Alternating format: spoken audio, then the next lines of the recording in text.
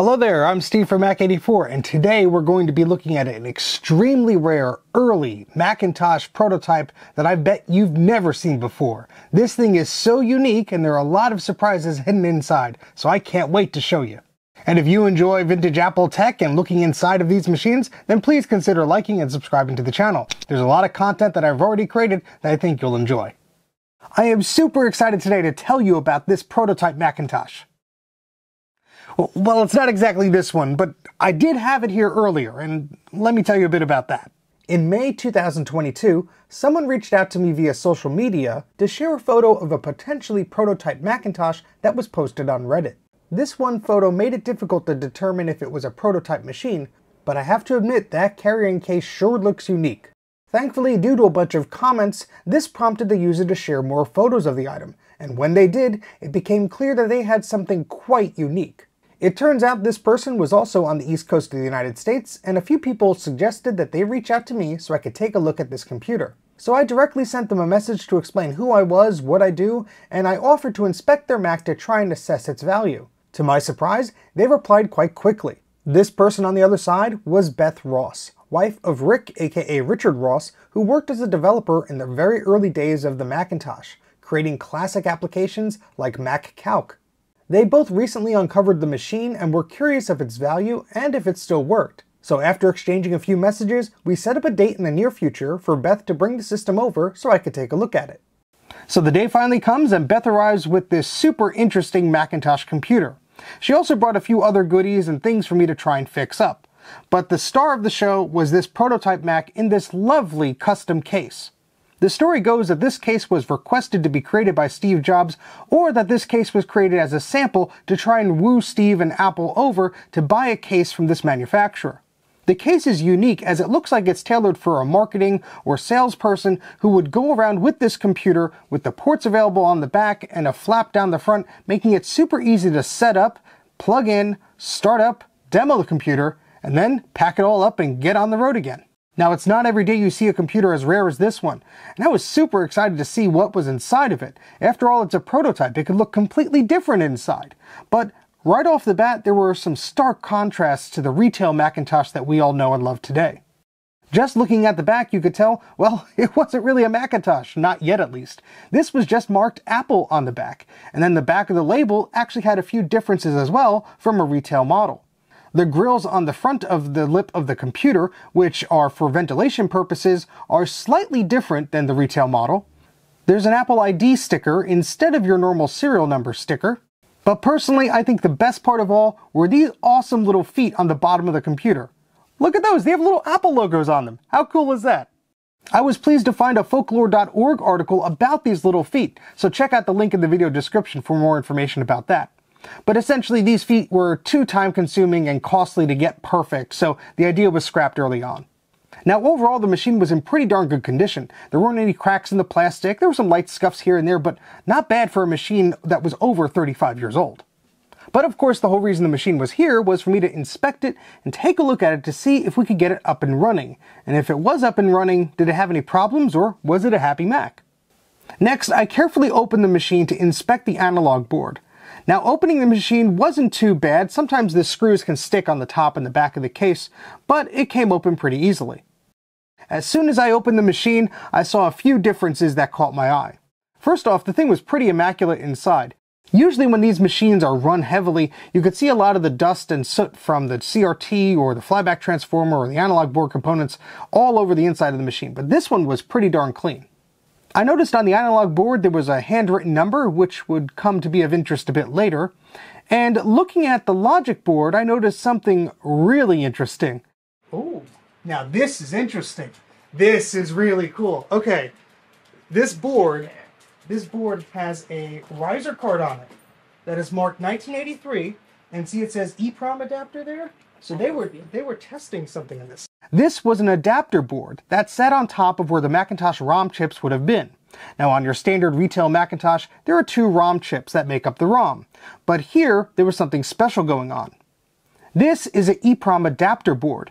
And what this basically does is plugs into those two ROM slot sockets and allowed Apple engineers to use 4 ROMs instead of 2. Now you may ask, well, why would they want to do such a thing? Well, you have to remember that this was a prototype and it was being used during the Macintosh's development. This adapter allowed Apple to use cheaper and more readily available chips to flash ROM code to so they could easily test them on this computer. When the testing was done, they would maybe take the chips out, erase them, reflash them with new code or new information, put them back in the machine, and see if it worked.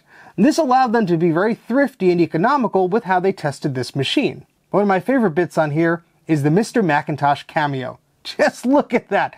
That is amazing. Now, Mr. Macintosh was a little character that Steve Jobs had big plans for. This was going to be a little character that walked around inside of your computer and just mysteriously showed up for no reason. And it was a pretty funny idea, but there wasn't enough memory and resources for it to actually work on the original 128K Macintosh. So the idea was scrapped. But again, there's a great story about it on folklore.org, and I'll put a link in the video description to learn more. Besides this really cool EEPROM adapter, there's a few other interesting notes about this board. Right behind the ROM sockets, there's a little resistor and a red LED that is not present on the retail boards. This LED basically lights up when the logic board is on. I also noticed that some of the chips were dated 1982, so a lot of these chips in this machine were very early revisions.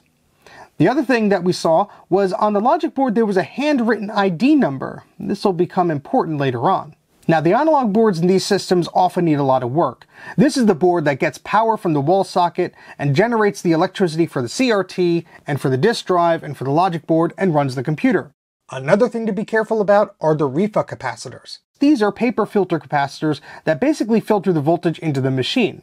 After 20 to 30 years, these things could form cracks on the outside. And if you're not careful, they could burst, releasing a bunch of disgusting smelling smoke all over the place. Now, generally, this doesn't harm the computer. Maybe it'll blow a fuse on an Apple II or something like that, but yeah, you don't want this to happen. So the best course of action is to replace these filter capacitors. But since this wasn't my machine and it would likely be going to an auction house, I didn't want to do any changes to the original system. Now, even if the system was not turned on but plugged into the electrical outlet, that filter capacitor could still go up in smoke. So I just had to be very careful about testing this machine and crossed my fingers to make sure none of the REFA smoke escaped out of those capacitors. After looking around inside, I saw no major damage or capacitor leakage or anything like that, so I decided it was safe to turn the machine on and test it to see if we got any signs of life. This was the first time this system was going to be turned on in likely 30 years, so I was very curious if this thing would do anything at all, if that REFA capacitor would go up in smoke, or if it would be a happy Mac again. So I set up the camera, and this is what happened.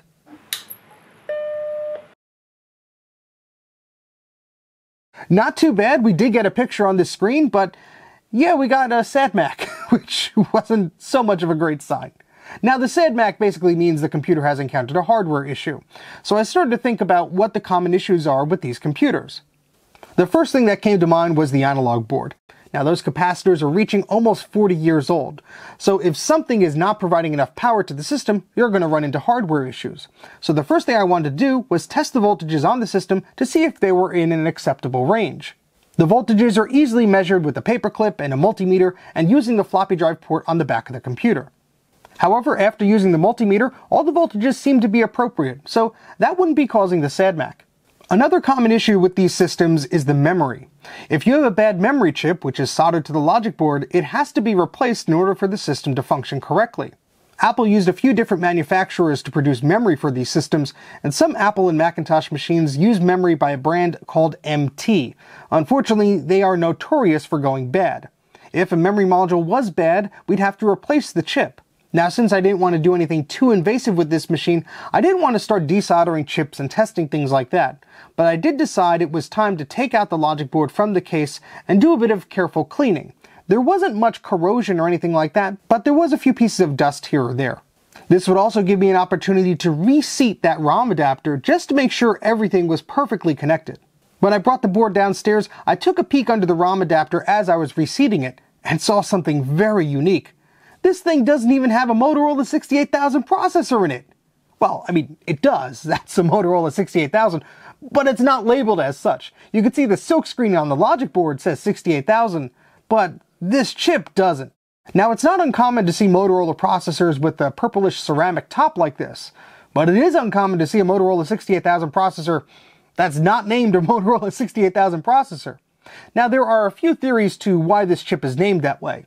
Technically speaking, if I was a manufacturer like Apple and I ordered a bunch of chips from another manufacturer like Motorola, I could probably customize what the chip said and how it looked to a certain degree. And that might have been why Apple chose to not have the Motorola 68000 name on this chip. Maybe they were trying to be sneaky with order numbers or something, I'm not sure. Or it could be that these chips were just early samples of the Motorola 68000 processor, and it could be that for whatever reason they didn't have the name printed on them for some reason. I don't know. If you know more, let me know in the comments section. At any rate, although it looks different, it's still a 68000 processor clocked at around 8 MHz. After some careful cleaning, I brought the logic board back upstairs and plugged it into the analog board. Now, since these Macintosh systems don't have a SCSI port or an internal hard drive, the only way to boot up these systems is via floppy disk. Now, this system uses a 400K floppy disk drive, and the floppy disk drive probably needed a bit of repair and tune-up. So I didn't want to really tackle that, so I was using my Big Mess of Wires floppy EMU. This is a little hardware emulator that plugs into the floppy port, either internal or external, and allows you to boot off of a virtual floppy disk image from an SD card. And when the screen came into focus, we saw a floppy disk with a question mark on it, which is a great sign. This means that the computer is looking for a floppy disk to boot off of. So with everything plugged in, I tried booting the system again and used the floppy EMU to try and select an appropriate piece of system software to boot off of. Unfortunately, this is where I ran into an issue.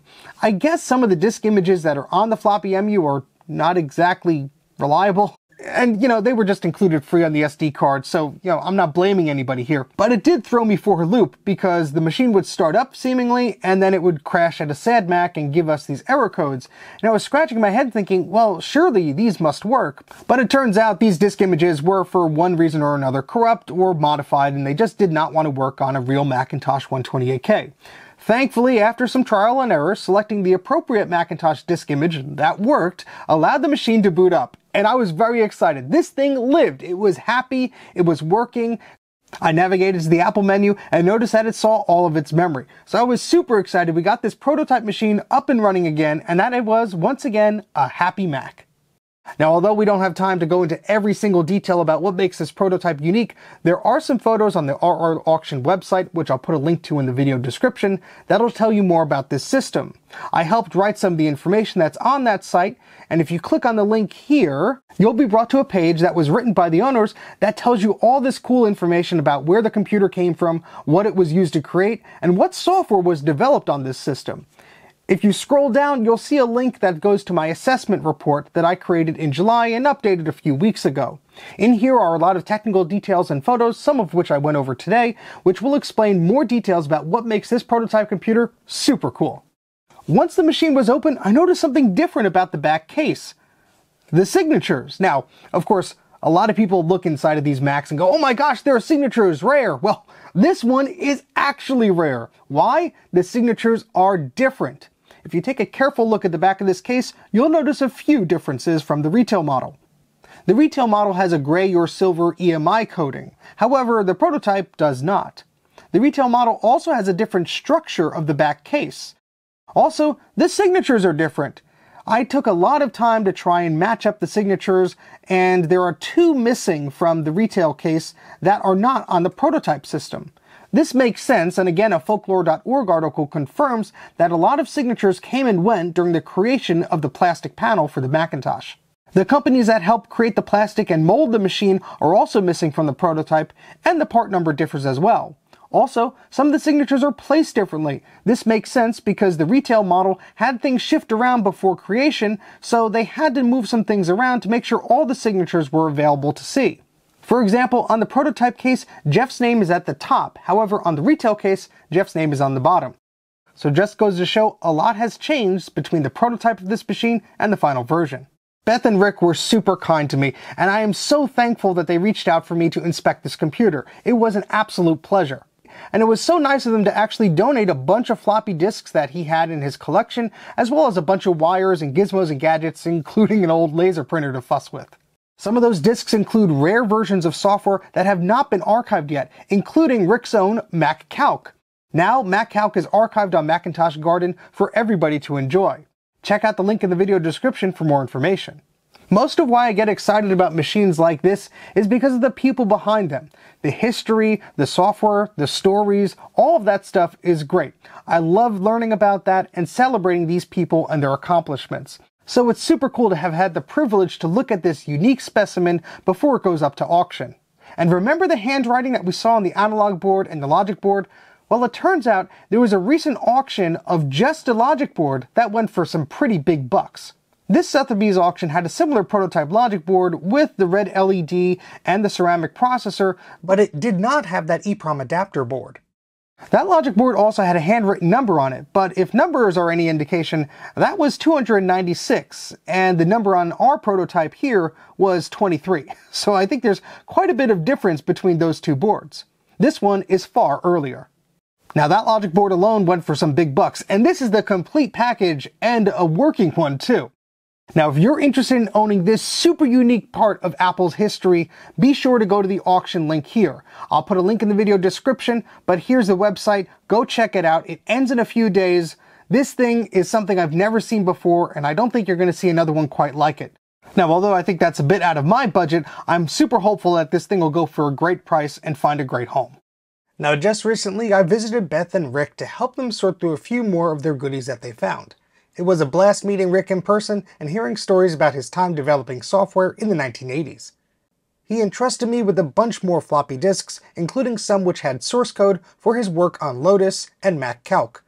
I'll do my best to ensure that these artifacts are preserved for future generations to enjoy. And a huge thank you to everyone who told me about this Mac and everyone afterwards who helped me troubleshoot this system. The vintage Apple community is amazing and I greatly appreciate all of your support. So thank you.